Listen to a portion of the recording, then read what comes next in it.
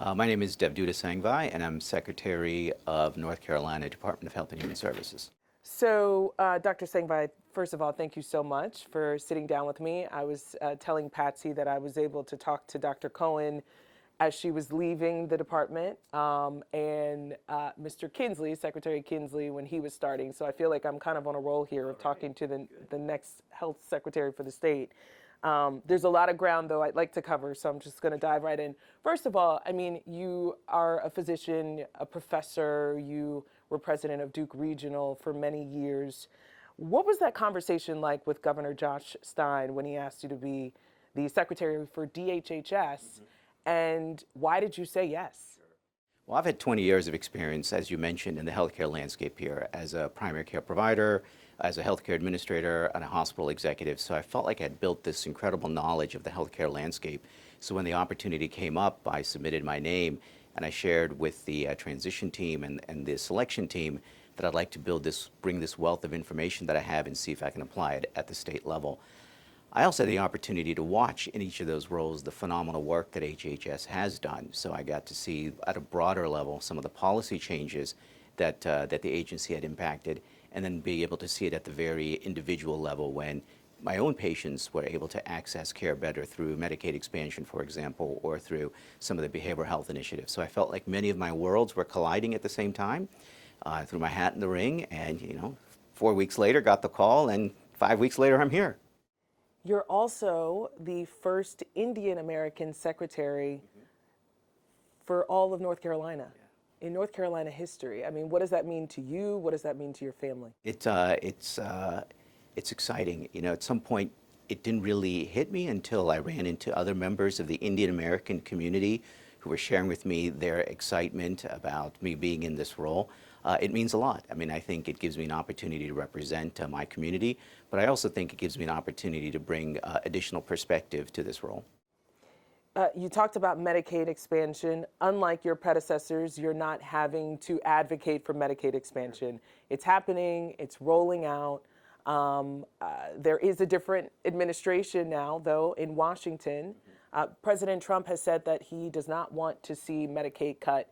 However, there are officials in his administration, as well as Republicans in Congress, who say they do want to see cuts to Medicaid.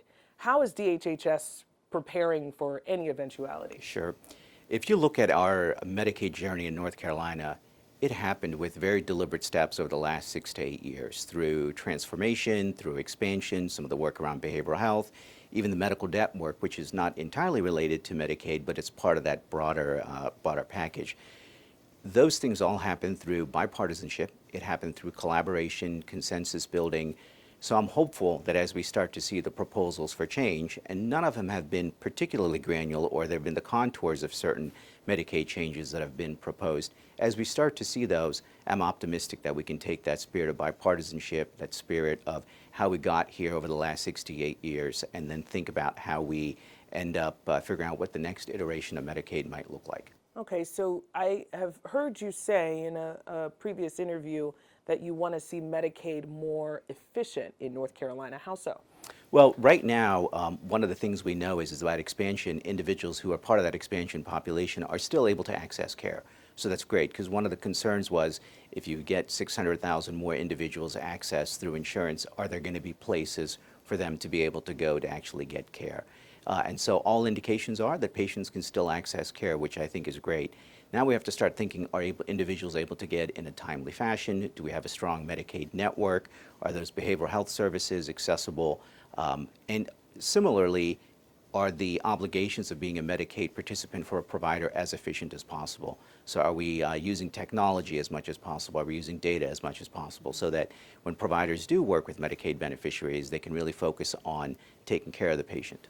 I know in a short period of time, there were hundreds of thousands of people who signed up in North Carolina. I'm not sure how many now have signed up since expansion, but is there a need for more awareness? Do more people need to know that this type of policy is available to them? So 640,000 roughly and counting, which is great.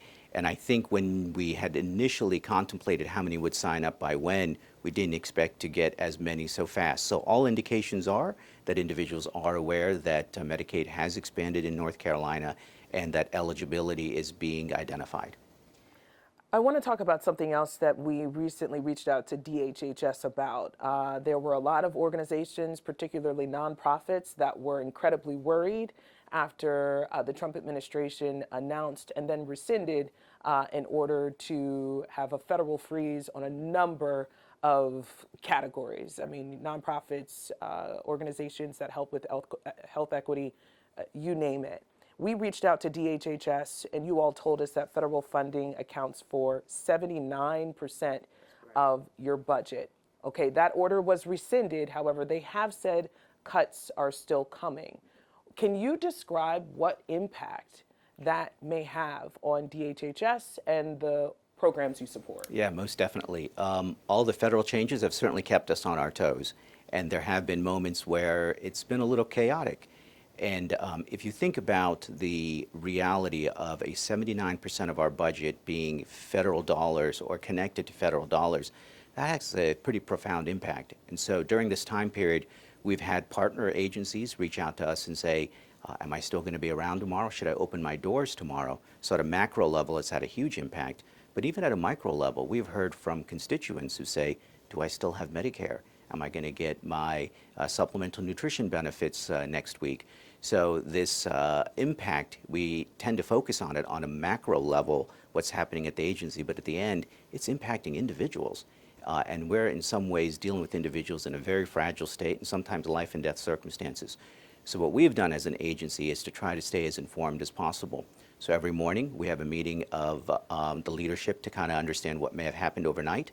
And at the end of every day, we meet again to understand what we might anticipate over the next day, really trying to stay as focused as we can within the agency so that when our partners reach out to us, when our constituents reach out to us, we can give them the best information possible. So when you're having that conversation every morning, are you getting more information from the federal government about which particular areas are going to be targeted? It depends. A lot of it is based on experience, and so if there's something we had expected to happen over the course of the day that didn't happen, that informs us whether or not it will be a program, for example, that may be available later on. If we learn from others that a program that is had been suspended for a short term has now come back on, it really is day by day trying to understand what's still working in the way that it was previously working and what may have changed. Can you give me an example of a program that might lose funding? Sure. I'm not specific about what might lose funding, but I can tell you a little bit about that dynamic we've experienced. So early on, we were informed that Medicaid was not going to be, if you will, shut down. And the system we used to communicate at the federal level was not communicating. Then we got federal guidance that there was a glitch in the system, if you will, and it was working again. And then we were able to actually have some of our transactions occur through that system. So it's that level of back and forth that we need to focus on to make sure that we are actually having our systems run the way we want them to. If you do lose billions in funding, how are you all preparing for that? And that really is one of the things we need to take into consideration. I want to go back to what I said earlier. We have one of the best Medicaid systems in North Carolina, and we put that together over the last 6 to 8 years with bipartisan support. So again, I'm hopeful that we can use collaboration, consensus building to respond to anything that might happen at a federal level. Are you hoping then, am I hearing right, that the state will come in and help wherever you lose money? Well, that's always a challenge because resources are always going to be constrained. I think we have to work together to try to figure out whether there's a funding solution or some other solution that's going to allow us to make sure we continue on that trajectory. One of the important things that we're also starting to recognize is through our Medicaid program, and particularly these things we call healthy opportunity pilots, we're actually starting to see the cost curve bend. That if we make an investment in things like food, transportation, behavioral health, stress reduction, we actually see a decrease in cost. And we've been able to show that you save on average $1,000 per beneficiary per year by avoiding ED visits that they might not otherwise need and other utilization that you can avoid. So there's some other things we have that I think we need to put into that conversation when we start thinking about what the future of Medicaid looks like. Let's talk about another division you now oversee, the Division of Social Services. We've done a lot of reporting recently on tragic cases where children were killed under the care of various local county social services. You may be familiar with the case of Crystal Lane and Chase Hilliard, or London and Blake Devon, allegedly killed by their adoptive mother. And, you know, DSS employees, social workers, state lawmakers, they have all pointed to the fact that these counties are essentially running themselves, that though there's a state system that oversees, that 100 counties are administering DSS policy in 100 different ways. Do you think that's a problem, and do you want to see that change? It is definitely a problem. When I hear the stories of these children, it breaks my heart. As a father, as a doctor, as a North Carolinian, you have individuals in their most fragile moment in life having that fragility made even worse because of a system that's not working for them. We absolutely need to fix it, and we are committed to fix it. What's your main priority? And I'm going to rephrase this. What can you do without the legislature, without asking for more funding? What can you do now? Sure. There are really 4 areas that we can focus on. The first is around communication and coordination. So we put together a system where we now have regional directors, and we've divided the state into 7 regions. We have regional directors that are now focusing on a certain number of counties, working more closely with those counties to help tighten up that centrally administered but county-run model that we have here. We're going to put together we're actually going to implement a software program called PathNC, which is going to not only allow for documentation for case management, but allow that documentation to be seen in between counties. Right now, a lot of documentation occurs on paper and exists in the county. By having an electronic format, we can now avoid some of these inter-county issues that have been uncovered in some of these stories, as you outlined. So first is communication and collaboration. The second thing we need to do is we need to provide more resources and support for the children who are actually in the program, in child welfare. And so with the launch of a child and family specialty plan, a version of Medicaid that's really designed to provide wraparound services, we'll be able to support not only the children, but the families a little bit better. And the best part about that, it's portable across 100 counties.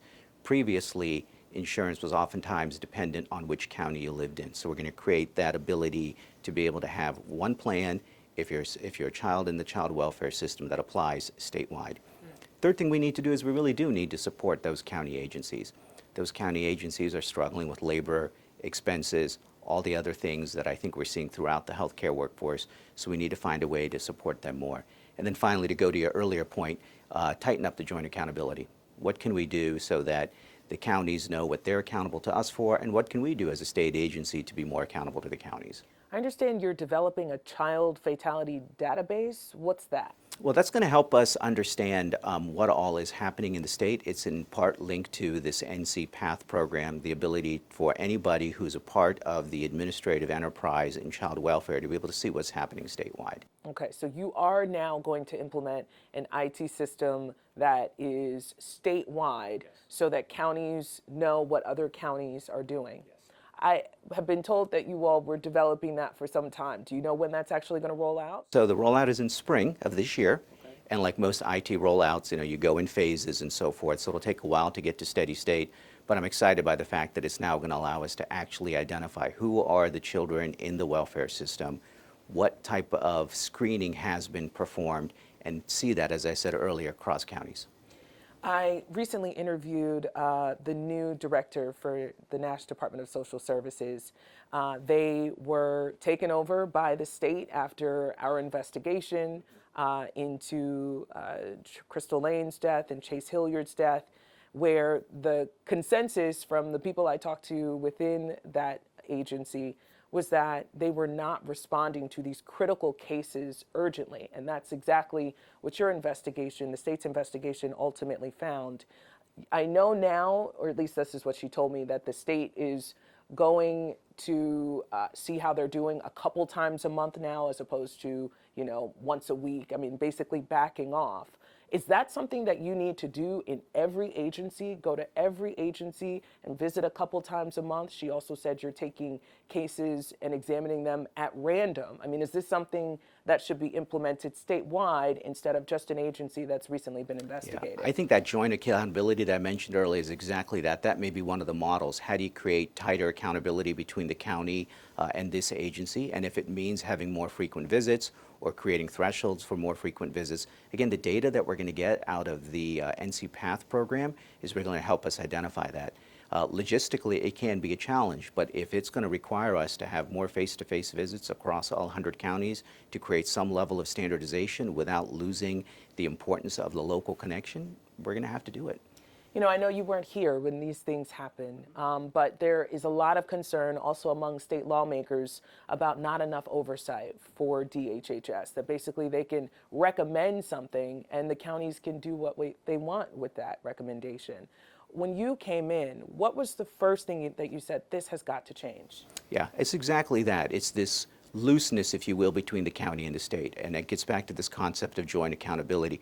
What really are the expectations that the agency should have of the counties? Are we ensuring that the individuals are aware of the expectations?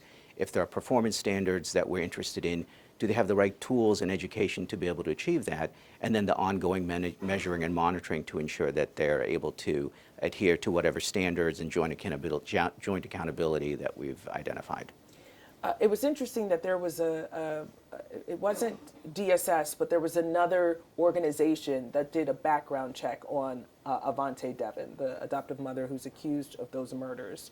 Is that something that the state wants to continue to do, to allow these third parties to do background checks and to get recommendations? Or do you think that that should be something that the state or DSS is doing? Yeah, that's a great question. You know, we're looking at everything to understand where can we ensure that a child that's put into a foster home situation is put into a safe foster home where the threats and type of stress that they've had that actually got them into the foster system isn't replicated. So we're looking at all options that are available to us to ensure that when that connection happens between child and foster parent, it just doesn't end there, that there is this ongoing accountability. What would you say your style of leadership is? Yeah, I'm data-driven. I like to see data. Again, this gets back to the whole idea of why I think software tools and other things are going to be helpful. I want to see accountability. I want to be accountable to others and those who are accountable to me and to the system to ensure that we're giving the tools and techniques to be accountable. I also like to have fun. I mean, at some point, this kind of job can be very demanding, very stressful, so you have to find opportunities to have fun. I was talking to you before the interview at how it seems that DHHS is at the nexus of so much Everything. right now. Yeah, right. Have you come in and felt like it's overwhelming, or you're ready to go? It's getting better. We have 33 divisions at DHHS, and so my intent is to do a deep dive into each of those, so it's going to take some time. But it is a mega agency. It can seem daunting at times, but we have a great team here, and the team has been incredibly helpful to help me understand what are the priorities, what are the areas that we need to focus on, where you can learn about more parts of the agency by focusing in one part. So I'm getting there. It's the fifth week. At times it feels like the fifth month, but I'm getting there. Thousands of doctors have spoken up about some of the things that Robert F. Kennedy Jr. has said that have not been factual. Whether it's him saying, I have a quote here, that the CDC approved COVID-19 vaccines without any scientific basis, or suggesting vaccines can cause autism in children. Would you speak up or contradict a federal official if you felt that something that they were saying was not a fact? Yeah.